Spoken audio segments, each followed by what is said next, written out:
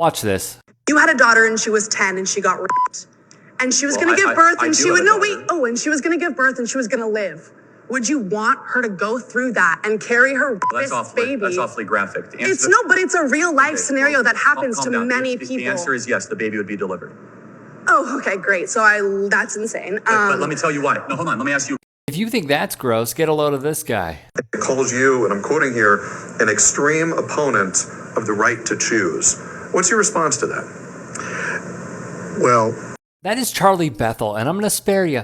He didn't answer the question. Now, one might recall the 6-week ban in Georgia. Charlie Bethel in favor. You know who else voted to uphold the ban? Sarah Hawkins Warren. These two are being challenged for their seats. Lock in.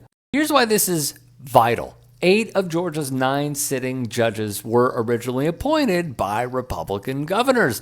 And of course, they have really come through for conservative outcomes. You know who else was appointed by Republican governors? Bethel and Warren.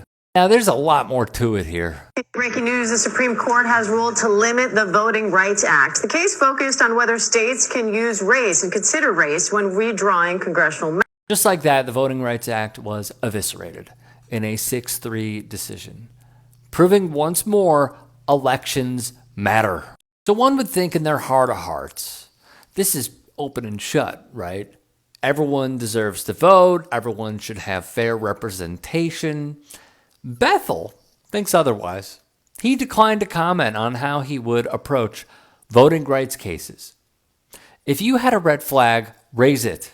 If you want to fight back against fascism, if you believe that people have a right to vote, if you think that women's bodily autonomy is important, you should be raising awareness, and if you are in Georgia, voting for Miracle Rankin and Jen Jordan to oust these two. But that's not all. Remember Trump and Fulton County? Where honestly, let's be real, LD did it better. Well, Will Wooten is a name you should absolutely know. He is taking on E. Trenton Brown III. Here is why this is a very important race. Via the AJC, Brown is the author of the 2-1 majority opinion that disqualified Fani Willis's case, and it was dismissed last year. So honestly, I'm asking, who would you rather have, a Trump defender or someone who is on the team to bring the case against him? If elected, Wooten would be the first LGBTQ plus person to hold statewide office in Georgia. And importantly, Election Day is May 19th, voting registration deadline April 20th.